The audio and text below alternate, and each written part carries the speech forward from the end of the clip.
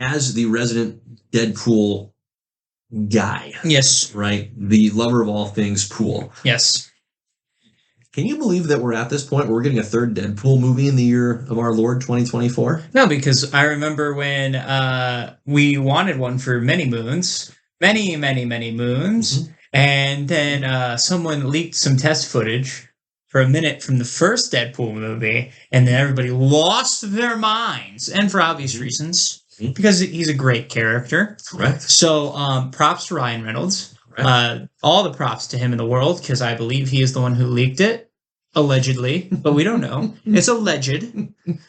But even before that, he had to deal with being one of the worst iterations of the character ever. Correct. First, isn't that wild? Oh, it's insane. And it was one of those things where I think he's like, if I want to play this guy in the future, then I'm gonna have to take this bullet now. Right. Essentially, is what it was like. So to go from X-Men Origins Wolverine Deadpool, that was totally botched. It had Cyclops' concussion beams for eyes. I mean, the worst crime was literally stitching his mouth shut. Yeah. Right? Like, that's such a core part of the character, really similar to Spider-Man, right? Where you want the witty banter, the dialogue. And so to actually intentionally take that away, you're just not allowed to, you can't play this game anymore. That's ridiculous. Let's just set them up for being one of the most evil villains, because he took that away from us, Yeah. So to have that, and then, it was dead silence on that front, because when did Origins come out? Ooh, we go to the tape here, Jim. 2008? It was a little later than that. 2010? Wow, 2009. No, you were a lot. I was in the range. You were very close. I was going to guess. Well, I'm not going to sure what I was going to guess, because it was going to be embarrassingly off. And I believe the first Deadpool came out in 2016, according to that movie ticket right there. True. 2016. True. So it was 7 years. And we never thought it was going to happen. And then, you see that opening intro that they released to the public, and everybody's like, this is amazing. Mm-hmm. And rightfully so. Mm-hmm. So, I'm ecstatic to be here. I figured after the first one, we should be here. The fact that it took this long to get the third one is insane. Right. I know, the Fox deals and whatever, I guess, but still, like, these are money makers, man. Yeah, it's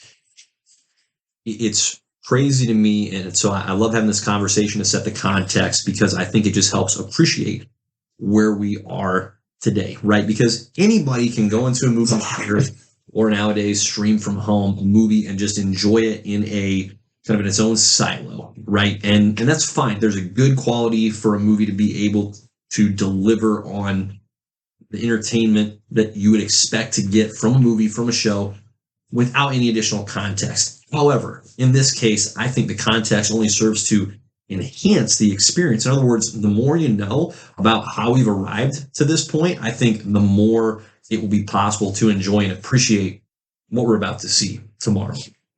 For all the reasons you just laid out, the fact that the initial iteration of the character was handled so poorly, and then in 2016, listen, we're in the throes of Marvel's just majestic apex, right? We're getting Captain America, Civil War, Doctor Strange, just Marvel's hitting peak powers, right? And right here in the midst of all that, timing-wise, it should have been missed, quite frankly. Would have been very easy for that first Deadpool movie to have come out, been perfectly fine, and yet not gained any real tangible amount of traction.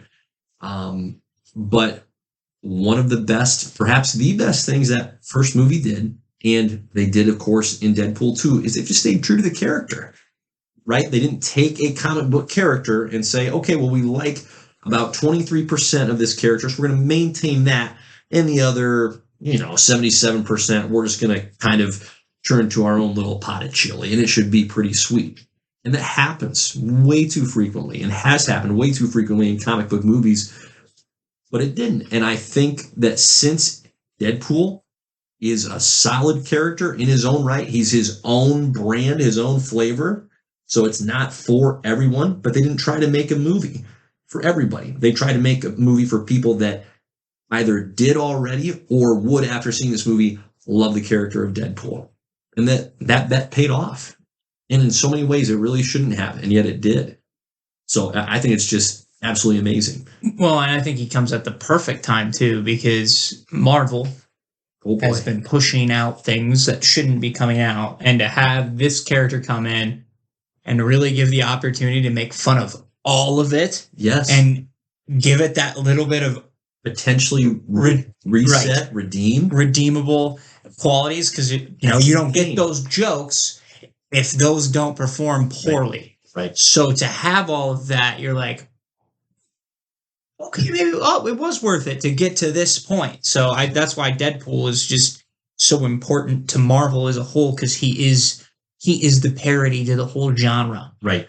That's part of what's so wild about the context for me is, again, you have this tiny little but good Deadpool movie come out in 2016. Again, Marvel is crushing it, and now we're at Deadpool movie number 3, and as you just said, Marvel's in shape. Now, they're not going to die in terms of making money. They still are printing money, no problem. That's not the issue. The issue is the storytelling quality has just evaporated in so many instances. And now Deadpool is in a position to provide frankly, a necessary reset. And I think that's incredible. So there's the Deadpool context.